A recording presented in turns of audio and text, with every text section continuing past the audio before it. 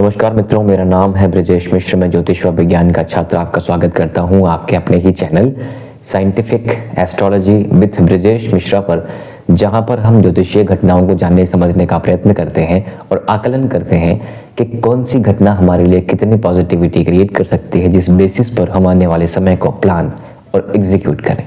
मित्रों, आज का जो प्रकरण है वो है राहु का स्वनक्षत्र शतभिषा में गोचर 23 नवंबर 2025 से जो हुआ है, अगले 7 महीने के लिए, लगभग 8 महीने के लिए कैसा रहने वाला है। 2026 का फर्स्ट हाफ कैसा रहने वाला है, ये साल कैसे खत्म होने वाला है, क्या क्या चीजें हम ऐसा करें कि 26 हमारा बेहतर हो जाए, ये है आज का प्रकरण। मित्रों, मैं पहले बता दूं आपको कि जो गोचर की हम बात कर रहे हैं, जो हम यहाँ पर घटनाओं की बात कर रहे हैं, वो सबके ऊपर एप्लीकेबल है, जितने भी वृश्चिक राशि या वृश्चिक लग्न के जातक हैं। अब बात ऐसी है, हर किसी पे एग्जैक्टली सेम प्रभाव पड़े ऐसा तो नहीं है। सबकी अपनी अपनी कुंडली है, सबके अपने अपने ग्रहों का प्लेसमेंट है। कुंडली में राहु कैसा है, काफी हद तक वो डिसाइड कर देगा आज का राहु आपके लिए कैसा प्रभाव देने वाला है। राइट? अगर कुंडली के राहु से ये राहु छठे, 8वें, 12वें भाव में है, तो निश्चित ही कोई न कोई समस्या आपके जीवन में चल रही होगी। अब ये जानना कैसे है छठे, 8वें, 12वें में है? आप सबके पास आपका बर्थ डिटेल है। सिंपली किसी भी फ्री सॉफ्टवेयर को डाउनलोड करिए, एप्लीकेशन को वहां पे डालिए, आपको अपनी जन्मांक दिख जाएगा। राहु की स्थिति वहां पर देख लीजिए। आज की स्थिति आपको पता है, चौथे घर में बैठे हैं, तो काउंट कर लीजिएगा कितने भाव दूर आपका पड़ रहा है। मित्रों, एक बात पूरा समझ लीजिए, ये जो जेनरिक हम बात करने वाले हैं, आपकी दशा, आपका व्यक्तिगत कुंडली के बारे में नहीं है। लेकिन अगर गोचर में कोई चीज अच्छी हो रही है, तो आपकी दशा अच्छी हो या बुरी, दोनों पे इम्पैक्ट क्रिएट करेगा ही करेगा। दशा अगर अच्छी हुई और गोचर भी अच्छा हुआ, तो प्रभावों को, शुभता को और बढ़ा देगा। दशा अगर बुरी हुई, गोचर अच्छा हुआ, तो बुरे प्रभाव को कम कर देगा। इसलिए गोचर इंपॉर्टेंट है। और सिंपल सा मैं क्वांटम फिजिक्स का एक लॉ बताऊं, लॉ ऑफ एंटेंगलमेंट। जिस दिन आपका जन्म हुआ, ग्रहों की स्थिति क्या थी, आज ग्रहों की स्थिति क्या है, उसके बीच में एक बॉन्ड है ना, एक मेमोरी है ना। वो राहु लास्ट के 18 साल में कहाँ था, आज कहाँ है? अपने नक्षत्र में 18 साल बाद आ रहा है। 18 साल में आपको कितनी बार देखा, कहां कहां देखा, क्या क्या आपको लर्निंग्स दे चुका है, जिनके बल पे, जिनके बेसिस पर यहां पर रिजल्ट देगा।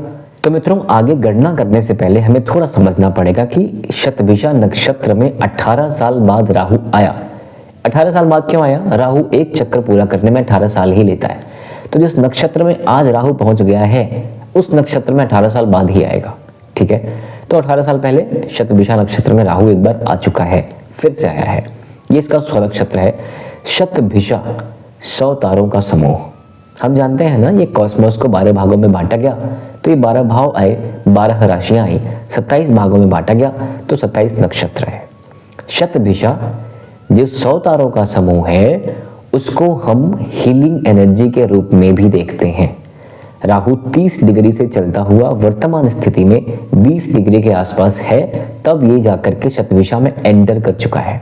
और लगभग 13 डिग्री के आसपास, यानी कि ये 6.5 डिग्री के आसपास ये गोचर करता हुआ वहां पर रहेगा इस नक्षत्र में। और इतना गोचर करने में इसको 1 अगस्त 2026, अगर मैं गलत नहीं हूं तो यही डेट है जब तक ये राहु इस नक्षत्र में है। यहां पर जैसे ही राहु आएगा, स्वनक्षत्र का आएगा, अपनी एनर्जी, अपनी इंटेंसिटी को वो बढ़ा देगा। ये बिल्कुल ऐसा है कि आप कहीं और थे, अपने घर पे आए हो, और सिर्फ अपने घर पे ही नहीं आए हो, आपको आपका कमरा भी मिल गया है। कुंभ राशि में राहु है, कुंभ राशि के अंतर्गत ये नक्षत्र आता है, और कुंभ राशि राहु की स्वग्रही राशि भी कही जाती है, हालांकि है तो शनि की राशि। तो शनि राहु, यथा राहु तथा शनि, हम सब जानते हैं। तो राहु कुंभ में कंफर्टेबल होता है। कालपुरुष कुंडली में 11वीं राशि इच्छा या लाभ वाली राशि है, इच्छा पूर्ण करने वाली राशि है। तो कालपुरुष कुंडली में जो राहु शतभिषा में जाएगा, तो इच्छाएं पूर्ण करने का बेसिक कॉन्सेप्ट तो लेकर के आएगा ही आएगा। कोई फर्क नहीं पड़ता कुंडली में किस भाव में है, जिस भाव में है उससे संबंधित इच्छाएं। राइट? आपकी कुंडली में वृश्चिक राशि या वृश्चिक लग्न की कुंडली में चंद्र कुंडली होगी तभी हम फर्स्ट हाउस वहीं से काउंट करते हैं, लग्न है तो भी। तो चौथे घर में आपका राहु आया हुआ है। चौथा घर सुख भाव है, घर गाड़ी पैसा मकान सुख समृद्धि माता, इन सब का कारक भाव चौथा है। यहाँ पर राहु इसी मई 2025 से बैठा हुआ है और सितंबर 2026 के आसपास तक वहां पर रहने वाला है। 1.5 साल का इसका गोचर होता है, ठीक है। अब इस 1.5 साल के गोचर में आप देखेंगे कि ये राहु जो है लगभग 6 महीने निकाल चुका है। यहाँ पर बैठ करके आने वाले 7-8 महीनों के लिए यहीं से एस्पेक्ट देगा। 26 की दिशा और दशा दोनों ये तय करने वाला है। अब ये राहु जब शतभिषा नक्षत्र में चला जाएगा, कलयुग का सम्राट राहु, कलयुग का राजा राहु जितना ज्यादा कंफर्टेबल होगा उतने ही आपके मोह को बढ़ाएगा। अब ये मोह ही कारण बनता है आपके बुद्धिनाश का। भगवान ने कहा था ना, ध्यायते विषयान पुरुषा संगस्तेन जायते संजात संजायते कामः कामः क्रोधो विजायते, और क्रोधाति भवति सम्मोहः सम्मोहः स्मृति विभ्रमः स्मृतिनाशात् बुद्धिनाशो बुद्धिनाशात् प्रणश्यति। तो जब जब आप घर गाड़ी पैसा मकान सुख समृद्धि लग्जरी के पीछे जितना ही आप अटैच्ड फील करोगे, आसक्त फील करोगे, ये राहु आपकी बुद्धि का हरण कर लेगा। ये नेगेटिव है या पॉजिटिव है आप अपने हिसाब से समझिएगा। वृश्चिक राशि जो कि वैराग्य का कारक भी होती है, ठीक है, बहुत सारे कष्ट बहुत सारी यातनाएं देखने के बाद एंड में हाथ तो कुछ आता नहीं है, ठीक है। बहुनी में व्यतीतानि जन्मानि तव चार्जुना, अनंत जन्मों के पाप कर्मों का फल। यहाँ ऐसा लगता है कि वृश्चिक राशि में आते ही पाप कर्मों का फल मिल रहा है। तो अब इसकी बात है, वृश्चिक राशि प्रिपेयर्ड है, चाहे वो शाहरुख खान हो, चाहे वो नरेंद्र मोदी हो, चाहे वो ब्रजेश हो, चाहे वो आप सब हो, हम सबके वृश्चिक राशि किसी की लग्न है किसी की राशि है, प्रिपेयर्ड तो हैं, कष्ट तो हैं, मानसिक अशांति तो है, चंद्रमा की समस्याएं तो हैं, लेकिन इन सारी समस्याओं के बाद भी कोई शाहरुख खान बनता है, कोई विराट कोहली बनता है, कोई नरेंद्र मोदी बनता है और कोई हम और आप जैसे लोग रह जाते हैं, राइट। तो समस्या क्या राशि में है? उत्तर है कि नहीं। क्या समस्या प्रॉब्लम्स में है? बहुत प्रॉब्लम्स आई, उत्तर है कि नहीं। प्रॉब्लम्स के बिना तो वो मुकाम हो ही नहीं सकता जहां पे ये राहु आपको पहुंचाना चाहता है, ठीक है। तो जितनी भी समस्याएं जीवन में चल रही हैं, घर गाड़ी पैसा मकान सुख समृद्धि, वो कोई भी एम है, कोई बड़ा गोल है, उसको लेके चल रही हैं, यहाँ पर 2026 से पहले आपको एक चीज सीखनी पड़ेगी जो राहु आपसे चीख चीख कर कहता है, आज से नहीं आदिकाल से। क्या कहता है राहु? यदि अमृत सीधे हाथ से नहीं मिले, रूप बदल लो, दानव हो, देव बन के जाओ, छद्म करो, लेकिन वो लेके आओ जो इसेंशियल है, जो आवश्यक है। यही एक कमी वृश्चिक राशि में रह जाती है। दिल के भोले और सबका अच्छा करने के चक्कर में अपना बुरा कर लेने वाले हम जैसे लोग, हम सब, एक चीज हमें ध्यान देनी है कि यदि कोई एम है, कोई गोल है और वो चाहिए, तो यहाँ पर रूप बदलना पड़ेगा। शतभिषा नक्षत्र हीलिंग का नक्षत्र है। आप में से बहुत लोगों का मन करेगा हील करने का, लोगों को सुनने का, समझने का, अपने दुख बांटने का। ऐसा कोई हो, ये फीलिंग, ये प्यास रह जाने वाली है, लेकिन वृश्चिक राशि एक्सप्रेस करने में भी तो माहिर नहीं है।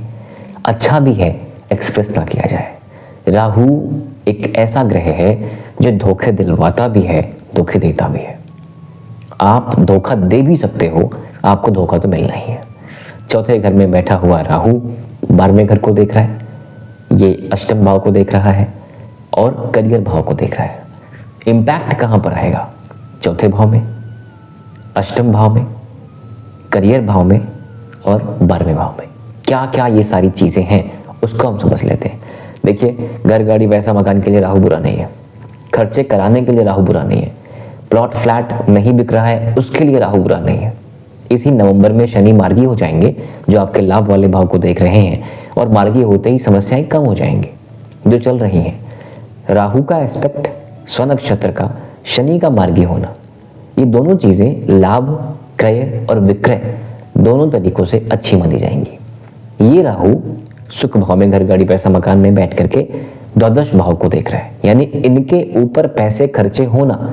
किसी को घर बनाना है, किसी को रेनोवेशन कराना है, किसी के घर में कुछ छोटी मोटे खर्चे आ गए, सडन खर्चे आ गए, बहुत दिन से प्लान कर रहे हैं नहीं कर पा रहे थे अब कर लेंगे, तो खर्चे होना, क्योंकि ये व्यय भाव है।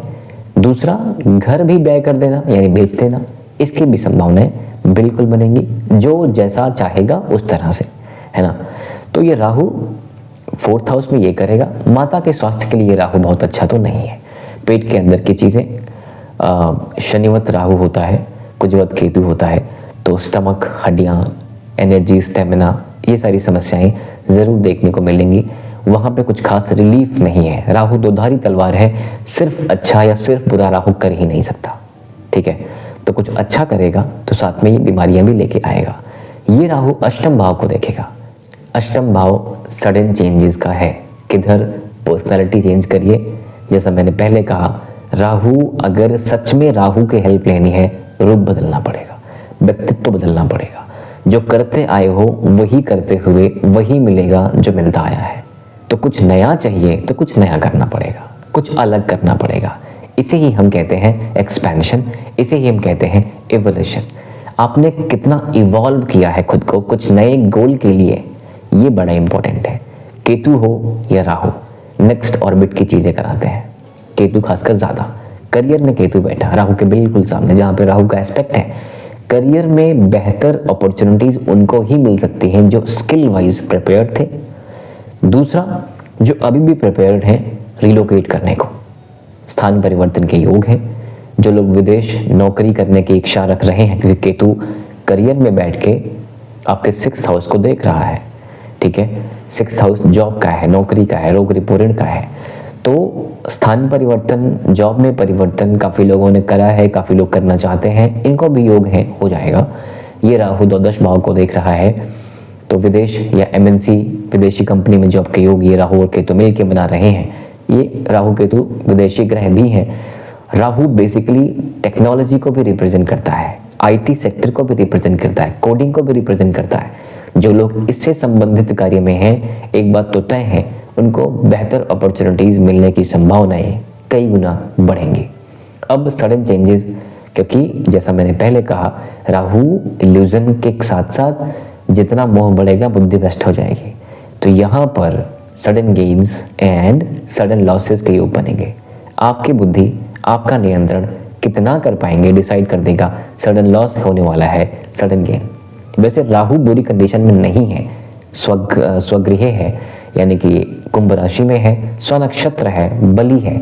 कुंडली में अगर राहु ठीक हुआ, अच्छे रिजल्ट्स की उम्मीद हम कर सकते हैं, बेशक कर सकते हैं। कुछ चीज़ों का ध्यान रखना है। अगर कोई भी लिखा पढ़ी ये वाला काम कर रहे हैं तो ध्यान रहे, चीटिंग के योग बन रहे हैं, चीटिंग से सावधान। एक लाइन हम सब पढ़ते थे ना बचपन में, नक्कालों से सावधान। तो यहाँ चीटिंग से सावधान रहना है, क्योंकि धोखा मिलने के चांसेस हैं, ठीक है, उसका ध्यान दीजिएगा। इंपोर्ट एक्सपोर्ट, MNC विदेश से लेन देन वाले कोई भी काम कर रहे हैं तो अच्छा है। कंफर्ट जोन को तोड़िए, रूप बदलिए, पर्सनालिटी चेंज कर डालिए, ठीक है। जो चाहिए वो प्राप्त करने के योग्य बन जाइए। मैं हमेशा कहता रहता हूँ मित्रों, आपको वो नहीं मिलता जो आप सोच रहे हो, वो मिलता है जो आप डिजर्व करते हो। डिजर्विंग बनते रहिए, वहीं से चीज़ें निकल कर सामने आएंगी। आप डिजर्व नहीं करोगे, आपको मिला हुआ प्रॉपर्टी, पैसा, पद छीन लिया जाएगा। योग्य बनिए, ठीक है। तो कंफर्ट जोन को छोड़िए। विदेश से लाभ है, इंपोर्ट एक्सपोर्ट से लाभ है, सडन लाभ के भी योग हैं, किसी और का पैसा मिलने के भी योग हैं। अगर आपका ही पैसा कहीं आपने दिया था जो आपने उम्मीद कर रखी कि मिलेगा ही नहीं, मिलने के योग हैं। अब हमने समझा कि ये क्या क्या मोटा मोटा होने वाला है 26 में, क्योंकि लगातार 7 महीने तक राहु इसी नक्षत्र में है, तो क्या क्या होने वाला है इसको हम समझ चुके हैं। ओवरऑल हमने देखा कि राहु से सुख चाहिए, घर, गाड़ी, पैसा, मकान, इनकम, MNC, विदेश, एक्सपोर्ट इंपोर्ट, बिजनेस, धंधा, नौकरी, इन सब के योग अच्छे हैं। साथ में शनि महाराज का भी दृष्टि संबंध आपके 2nd हाउस पर है, धन पर है, 10वां एस्पेक्ट, शनि मार्गी हो जाएंगे, वहाँ से भी लाभ है। तो ओवरऑल जो है संभावनाएं तो ठीक है। 2 चीज़ों का ध्यान रखना है। पहला, राहु बदलाव मानता है, ये बदलाव कर लीजिए। दूसरा, चीटिंग आप कर नहीं पाएंगे तो करने का ट्राई भी मत करिएगा। हो सकता है आज आप कर भी लो, कल क्या होगा, शनि तो फिर से आएंगे, न्याय के देवता, कर्म के देवता मंगल की राशियों में, सूर्य की राशियों में पीड़ा अधिक देते हैं। वृश्चिक राशि, मंगल स्वामी और शनि मंगल की युति या संबंध ठीक नहीं होता, इसलिए आप अन्याय ना करें तो ज़्यादा अच्छा है, चीटिंग ना करें तो ज़्यादा अच्छा है। तो हम समझ चुके हैं कि एक चीज़ जो बड़ी इंपॉर्टेंट है वो है बदलाव। कहाँ पे? पर्सनैलिटी में, एफर्ट्स में, डायरेक्शन में। ठीक है, जिस तरह से कर रहे थे वही करते हुए तो कुछ खास होने वाला है नहीं। टेढ़ी उंगली से घी निकालने वाली योजनाएं जो कि सम्मत हो, गलत नहीं हो रहा हो, किसी का दिल नहीं दुखाना है, ठीक है, तो वो कर लेना है। दूसरी चीज़, शनि हार्ड वर्क है। वृश्चिक राशि को तो वैसे भी एक बार में काम नहीं बनता, ठीक है, तो ये मान के चलिए कि एक बार में काम नहीं बनेगा, एफर्ट्स लगेंगे, टाइम लगेगा, ठीक है। अब इन सारे प्रकरणों को आप चाहते हैं दैवी कृपा बनी रहे, तो राहु, शनि, मंगल, बृहस्पति, इन सब के उपाय करते रहिए। मैं कई बार पहले बता चुका हूँ, फिर से बता दूँ, ऑक्सीजन इनहेल करना बहुत इंपॉर्टेंट है आपके लिए, डीप ब्रीदिंग बहुत अच्छा आपके लिए, भगवान शंकर का अभिषेक करते रहना बहुत इंपॉर्टेंट है आपके लिए। भगवान शंकर नरमुंडों की माला लेकर घूमते रहते हैं ना, नरमुंड एक मुंड तो राहु भी है ना, तो इसलिए भगवान शंकर राहु के भी आराध्य हैं, शनि के भी आराध्य हैं, इसलिए भगवान शंकर का अभिषेक करते रहने से बहुत सारे कष्ट हमारे कम होने वाले हैं। So that's it for now मित्रों, आपके सपोर्ट के लिए बहुत बहुत धन्यवाद। मिलते रहेंगे आपसे आने वाले वीडियोस में, तब तक के लिए जय सिया राम।